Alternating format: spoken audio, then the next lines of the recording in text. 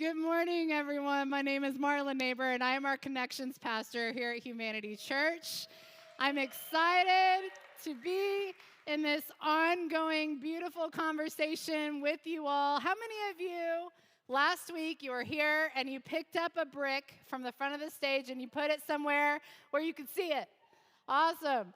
So we are picking up on week 2 now of a conversation that my husband, Nathan, our lead pastor, started around recognizing the broken places and being willing to see it for what it is, not having the mentality of, I just don't want to get on the scale, but actually sitting in the reality of all the things that are, being willing to see everything, the good, the bad, the ugly, being open to it, interrogating reality, being curious, and then doing what our culture is really terrible at and setting a new cultural precedent, learning how to mourn and mourn well and be with it and not run from it and not ignore it and not turn our back on it and not isolate and not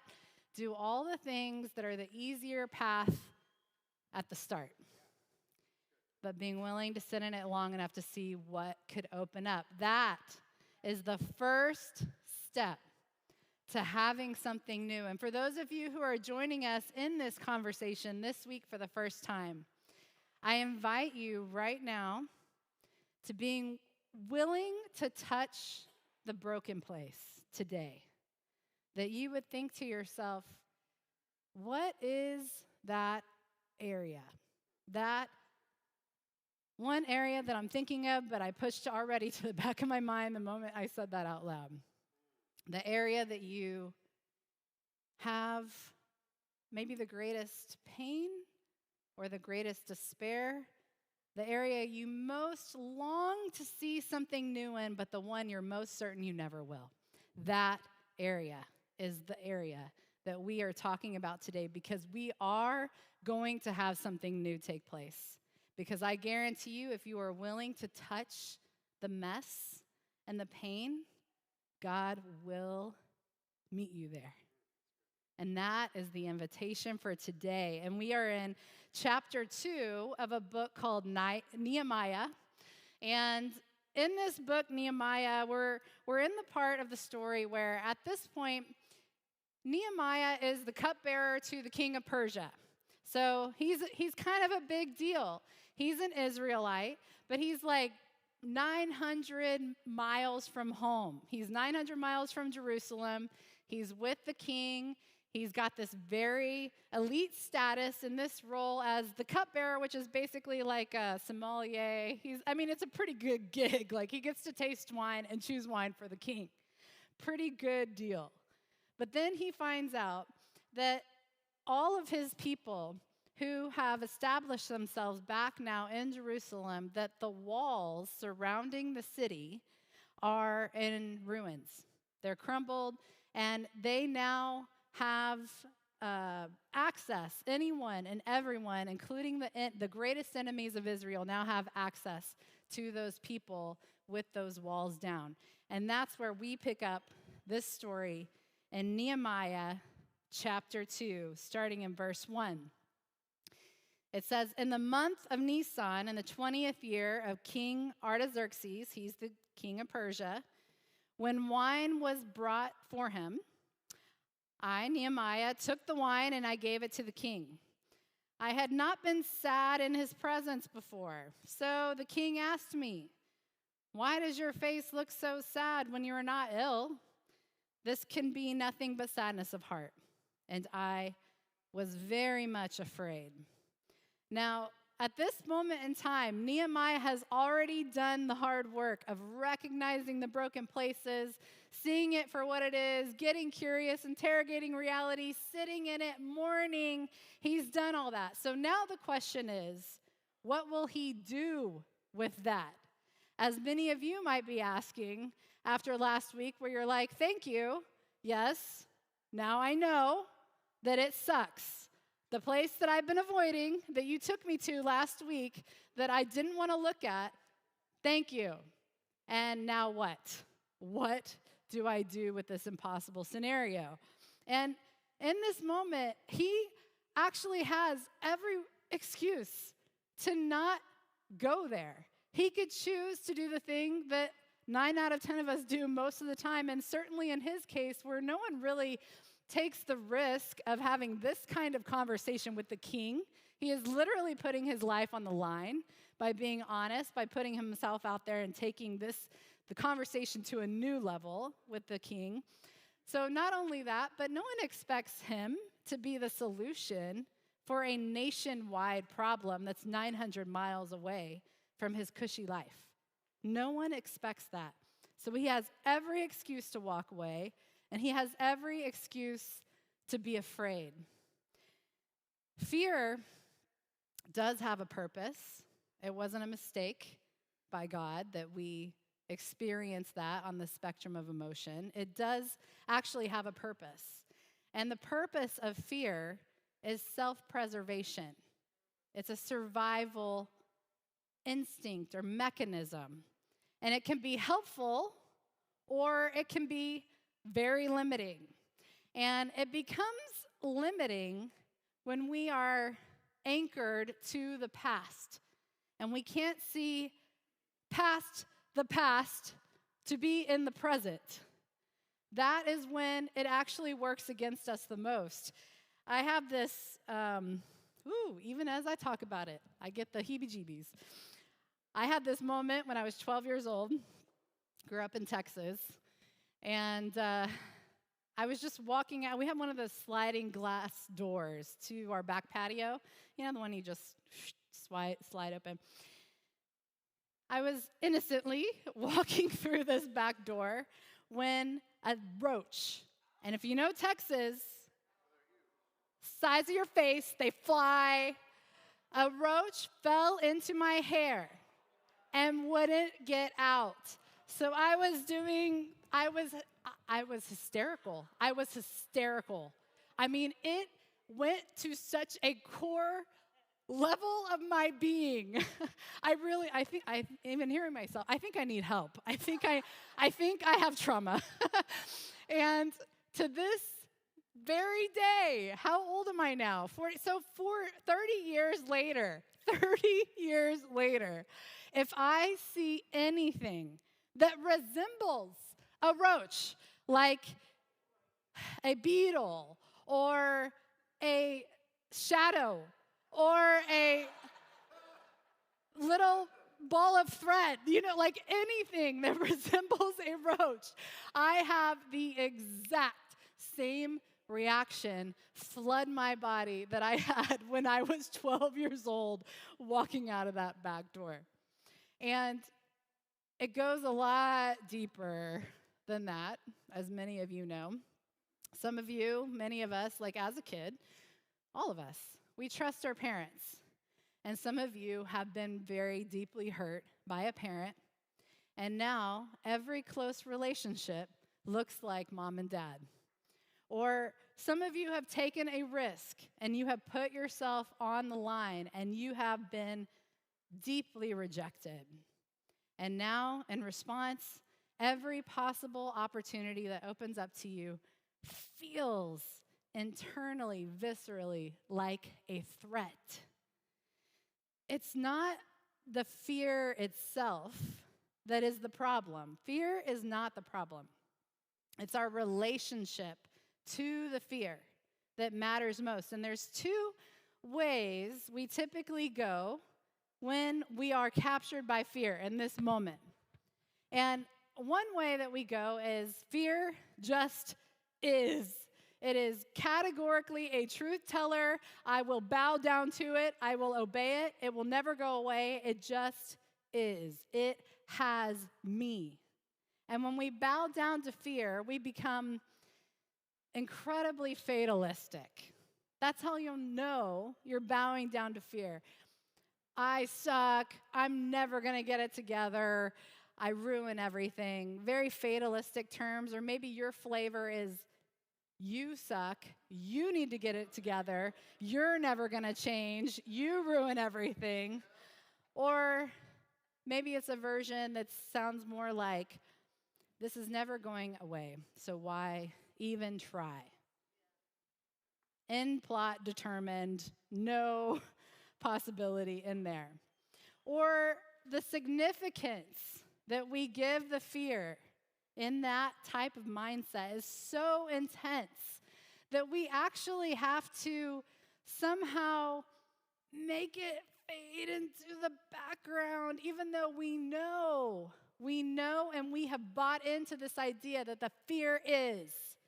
But we have to pretend or ignore or escape because we can't even go on or function with this belief that we've bought into that the fear gets to have the last word every time. So instead, what we do is we go into scenarios like, man, I'm terrified. People are going to reject me in this area, but I need help.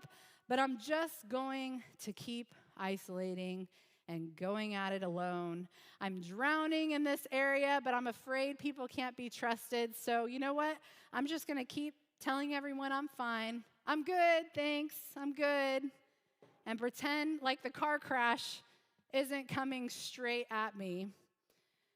Or it looks like not opening my bank statement or not answering those debt collector calls or swiping with that pit of fear in my belly where you're like, I have no idea what's going to happen, but I'm just going to pretend this isn't real.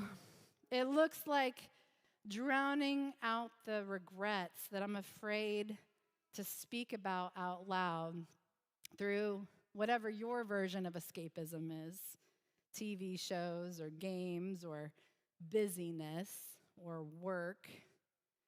And it's actually possible to choose something different. There is a way to make fear work for you and not let it have you.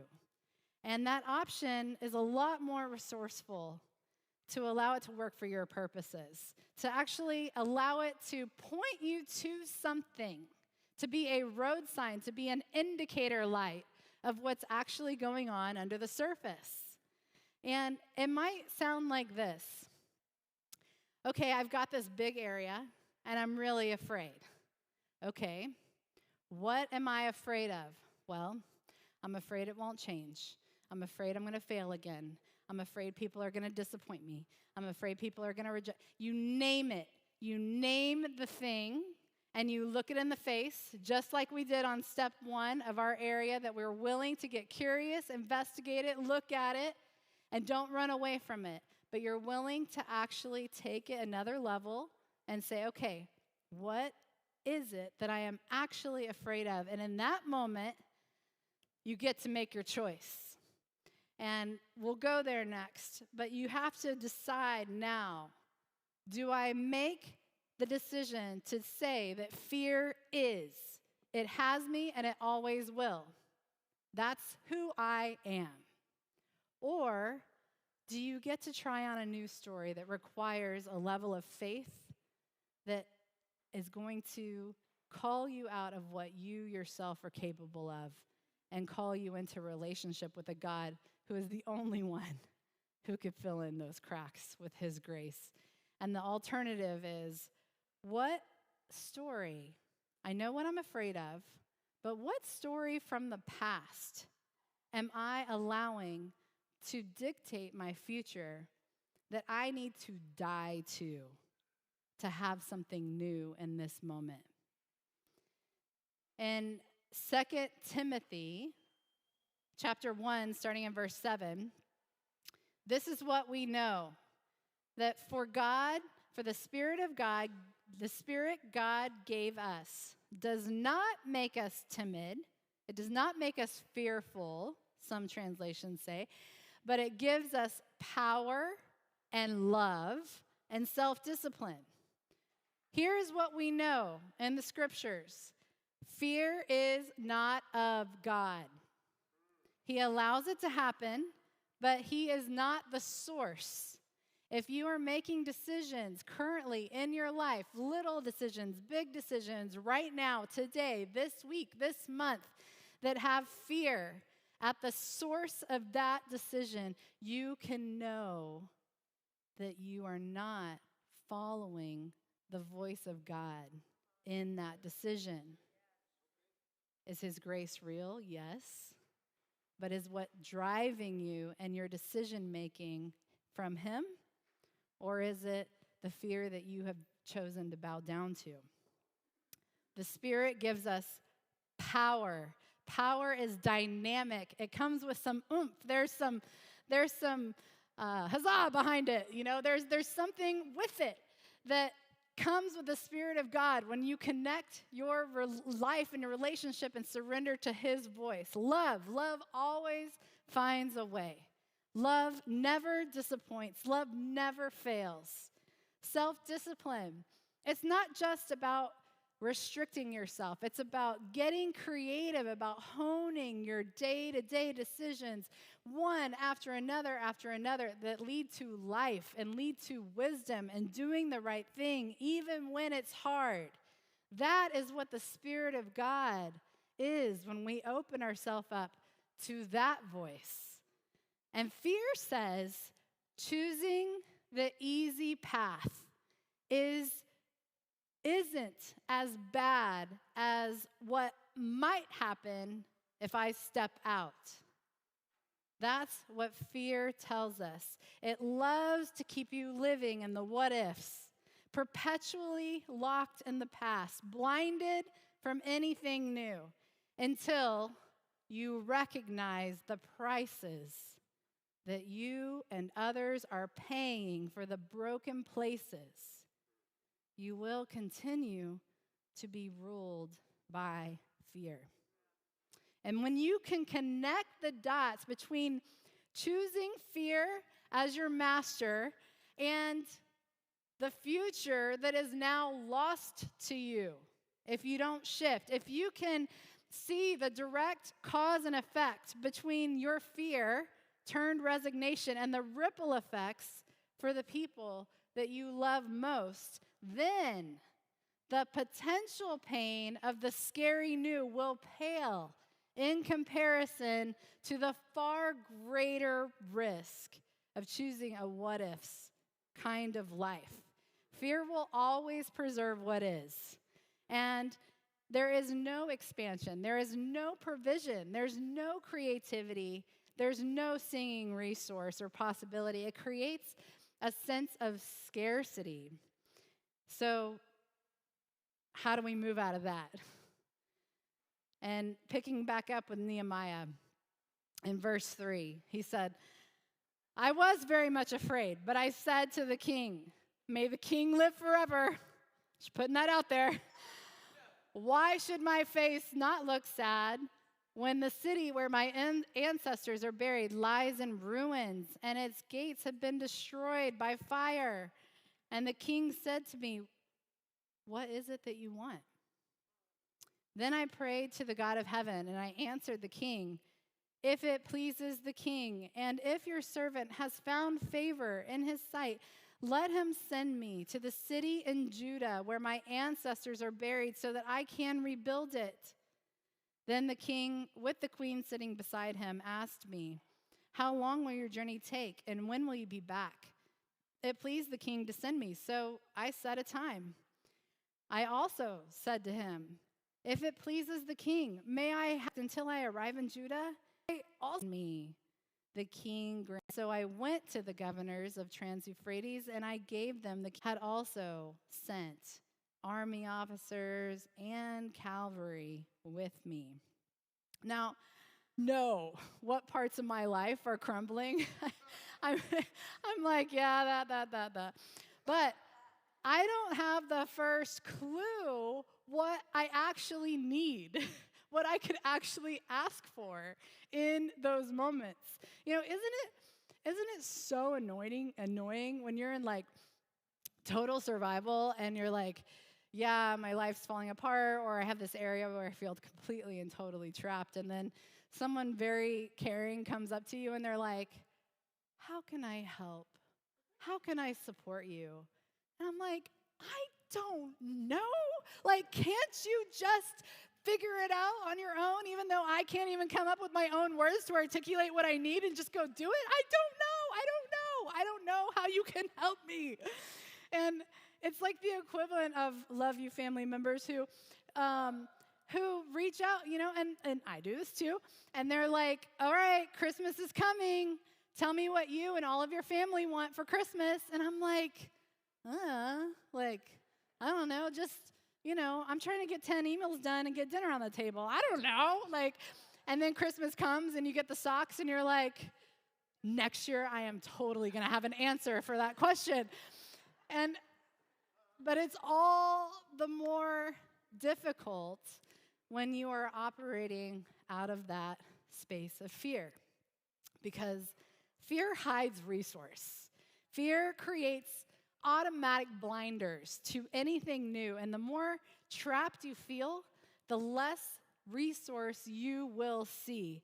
You could be completely surrounded by resource, usually in the form of humans, and it will never show up to you as resource when you're living from a space of fear, because we fall victim. It's like, well, nothing is going to change. Everyone's against me. No one's in my corner. I'm never going to change. You don't understand. I've tried everything.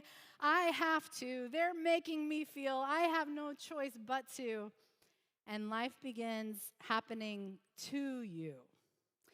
Nehemiah, in this moment, he refused to see a stop sign. He did not have to share, honestly, when the king asked him this question in that moment. He could have done, I'm good, thanks. But he tells the king why he's sad, and then the king throws him this underhanded soft pitch, and he puts it out there, and he said, what is it that you want? Now, Nehemiah instinctively prays to God, and then he asks the king, and he goes there. I don't know I call them arrow prayers. I've had many, many arrow prayers answered. And there are those moments where in a blink, you have half a second, you have 1 second, and you're like, help, Lord. Or, I don't know what to say. Please help me. Those arrow prayers you shoot up to God where you're like, check in with God. Now I'm going to give an answer. That's what he does in this moment. And Nehemiah had already sat in the depth of this problem. And so when the moment came, he had an answer. He knew what it was. So let me ask you the same question. What is it that you want? Do you know what you need? Do you know specifically what you need in the area of your life that feels most broken? In the area where you have desperation to have something new, but you don't see a way out. If Jesus Christ were to walk into this room right now, stand in front of you, and look you in the eyes and say, tell me, what do you need? Would you have an answer?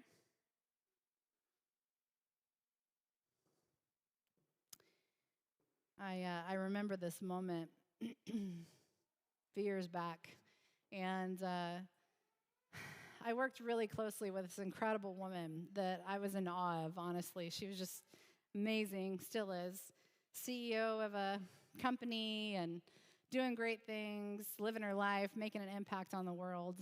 And I remember one evening, we had a bunch of the ladies gathered for her birthday. And it took a turn in conversation. And she began to share very vulnerably all the areas that she felt trapped.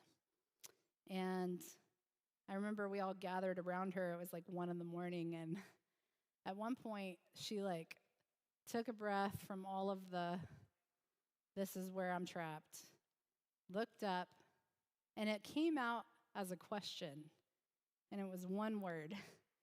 And she said, help. That's the one thing she got out of her mouth. Help. I will never forget that. In James chapter 4, starting in verse 1, it says, what causes fights and quarrels among you? Desires that battle within you? You desire, but you do. You covet, and you fight. You do not have because you do not ask God. And when you ask, you do not receive because you ask with wrong motives, that you may spend what you get on your pleasures. How many times have we killed the relationship in front of us because we were unwilling to make an honorable request and put ourselves on the line with the person that we're quarreling with? Some of you are dying inside. Some of you haven't let those who are even closest to you in on the most sacred, vulnerable places where you feel trapped. Some of you are just drowning in anxiety. Some of you are attempting to claw your way out of financial situations that you could not see the light of day. Some of you are so afraid of your own thoughts and how dark they go. The addictions, the situation is so overwhelming, you can't even bear the thought of telling someone, let alone help. But how often do we desperately want and need and crave connection? We have a deep need, but instead of being vulnerable, we get angry. We get angry at the people around us, at whoever is the target that happens to be standing in front of us, even if they're under 4 feet. It happens, and it will happen. We blame, we take it out on others without ever having asked for a thing. Not really asked. So consider the broken places of your life. Who gets the privilege of being in the rubble with you? Who do you allow access to the deepest and most vulnerable places? And I'm not talking about the people who are in there with you because they're part of the brokenness too. I'm talking about the people that you are being called to trust, to open up to be vulnerable with, and yes, to be hurt by. And we give ourselves the easy way out. The excuses. I know what's going to happen. I know what they're going to say. I've been there, done that. I've tried it all. That's just the fear talking. That is not God's voice. And I just know when I am in my marriage and I stop making requests means it has a question mark on the end of it, if you didn't know. And I start making demands and statements like, well, wish somebody would take out the trash around here. Or, man, I'm tired. Those dishes, man, I've been doing them every day for, I don't know, like 10 years now. So I don't know. Guess it is what it is. You know? To a lot more vulnerable requests, down to like, can I have a hug? You know, there is a difference between statements, demands, and requests. And usually what happens, if I'm unwilling to make a request, I get bitter. I get resentful. I get hard-hearted because you should have known. You should have done this, done that. And it never happens. Mysteriously, it's the strangest thing. Meanwhile, with God, we're like, man, does he ever answer my prayers? Does he ever listen? And God's over here saying, hey, would you answer the one request I've been making of you every day for the last X number of years? I've been asking you one question. Have you thought about answering that? And here's that question. Will you invite me in? Will you invite me in, please, to the broken places? I've been asking you that question for a really long time, but you're still going at it by yourself. What's up with that? Would you just answer my question? I mean, tell me if it's a no, but will you just at least hear the question? That one question, will you invite me in? That's every question. That is the equivalent of, will you let me love you? Will you let me bless you? Will you let me take that weight from your shoulders? Will you let me pour out my grace, my mercy? Will you let me delight in you, my creation, my love, my child, my daughter, my son? Will you let me in? That is the question that he is asking you. Jackson, my 8-year-old, yesterday we were driving up to Camp Pondo up in Lake Arrowhead, where all of our teens are right now.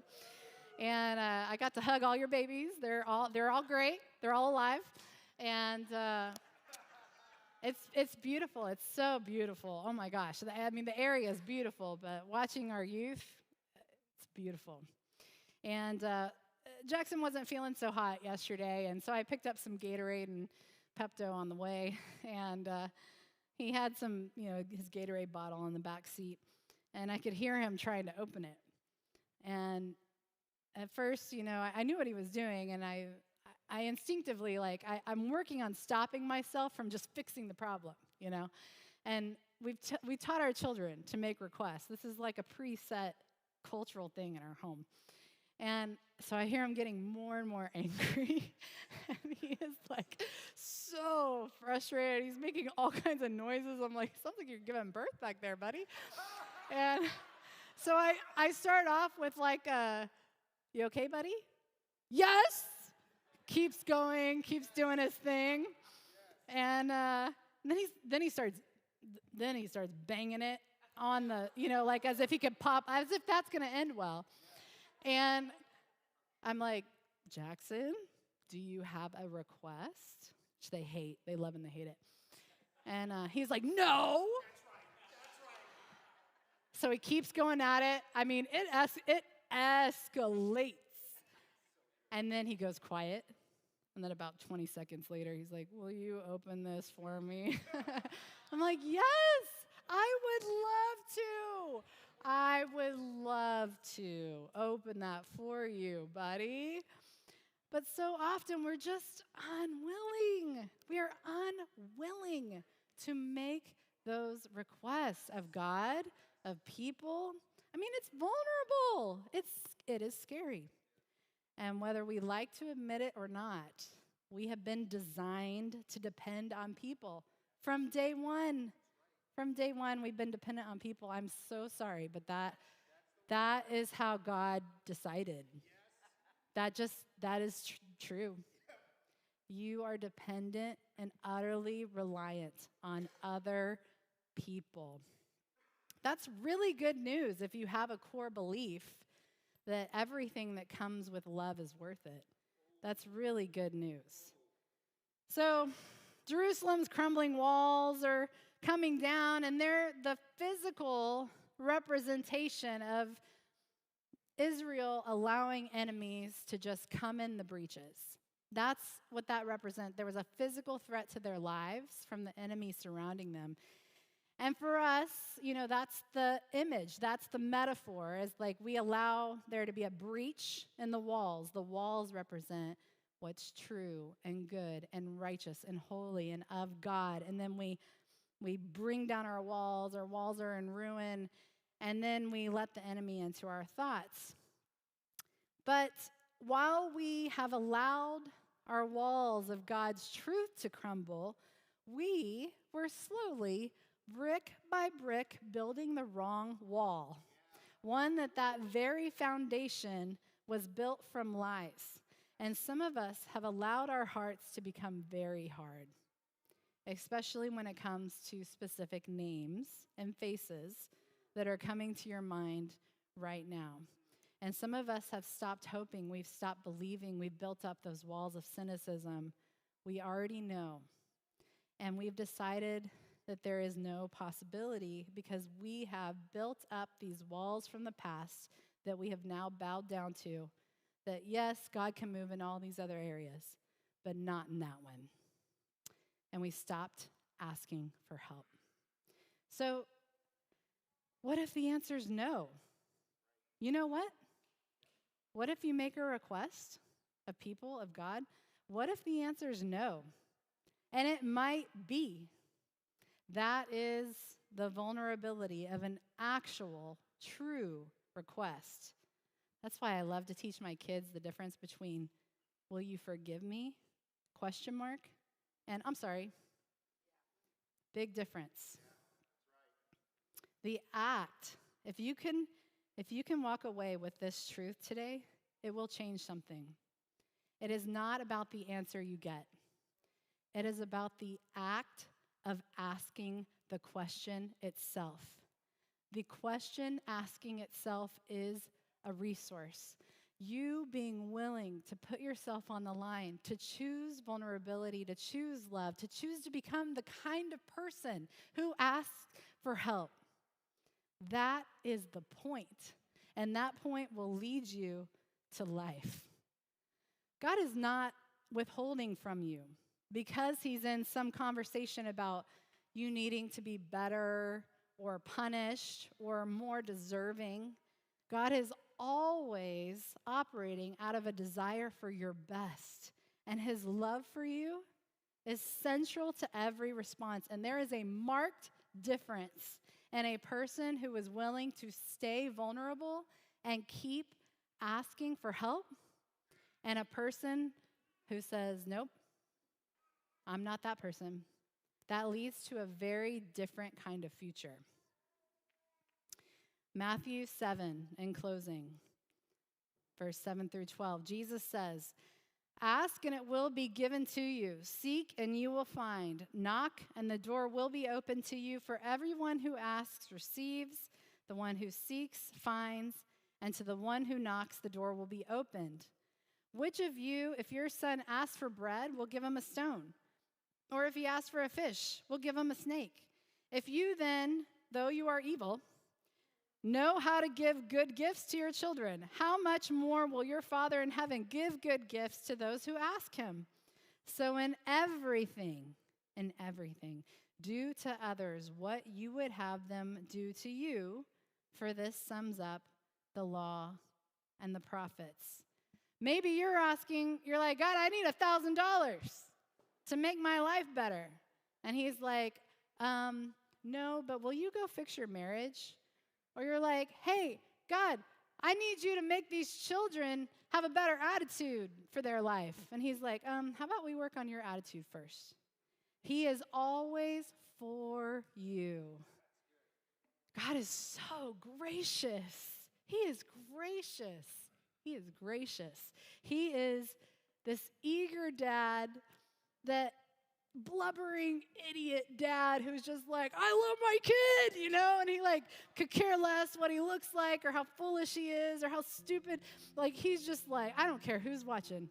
I love this guy. I love this woman. He is so for you, and he is just on the edge of a seat, and he's like, man, I wish they would just make a request. I wish they would just say, help, help. I will rush in.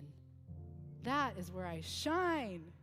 That's where God uses people like he did with Nehemiah in this moment where he was convicted. Nehemiah was like, God, what do I do with this? I need to do something. I feel compelled. I feel like this needs to happen. This is not okay. And then God uses this non-believer from Persia to say, hey, what is it that you want? And right now, in this moment, in this place, in this chair, or online, God is using my mouth to ask you that same question. What is it that you want? Will you invite me in? Did you notice that Nehemiah made the request and then he got what he wanted? He was encouraged. And then he was empowered. He's like, oh yeah, can I have these other 2 things too while I'm at it? And then the king gives him even more than what he asked for. That is so God. If you know him, if you know God, you're like, yeah, that's God. That's totally what God would do. The idea is that once you enter the pain, the vulnerability, the risky places of asking for help, you get to know his heart. You get to know the heart of a father. And that way, when the answer is no, you're like, well, he has my best interest at heart for sure. So he's certainly proven that.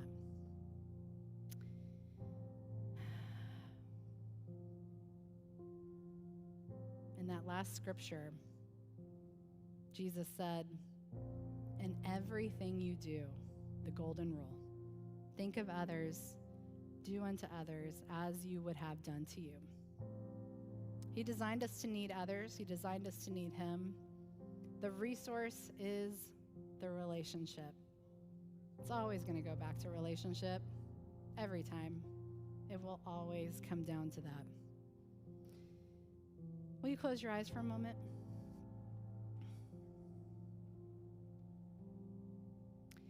If you have not yet accepted that request from Jesus to give your whole life to him, that is the invitation for you now. And as a brave and vulnerable act, I am asking that right now, if your heart's pounding, if you're wondering, is this me? If you want to fully and completely, in this moment, have something new and surrender your whole life to Jesus, I want you to hold your hand way up high. No eyes are open or looking around. Just hold your hand way up. Awesome, awesome, awesome, awesome, awesome. I see all of you. If you made that decision in this room or online, I want you to say this prayer silently with me. Thank you, Lord, that I don't have to do this on my own. I know I need you. Thank you for saying yes to me and for making a way through your death and your resurrection. I give you my whole life, and I invite you in completely. And for everyone here, think of that area where you have the greatest need, where the walls are crumbling. Will you choose to also be vulnerable in this moment? And as a declaration against fear, bravely hold your hand high if you are willing to invite God into the most broken place this week. Just raise your hand high as a declaration that you are inviting him in. That is your choice. Fear will not rule the day. Thank you.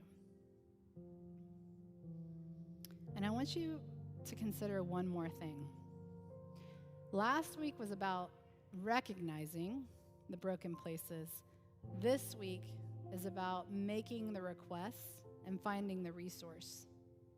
So I want you to consider right now, we'll give you a moment to think about it. What is one bold request that you will make from one person by Sunday next week? You've got 7 days. It may be a request to talk, maybe a practical need, but it'll come in the form of a question, not a statement, and it'll come with some risk. Keep thinking on that. One person, one bold request, one deep breath, this is scary, but I'm going anyway, request this week between now and next Sunday.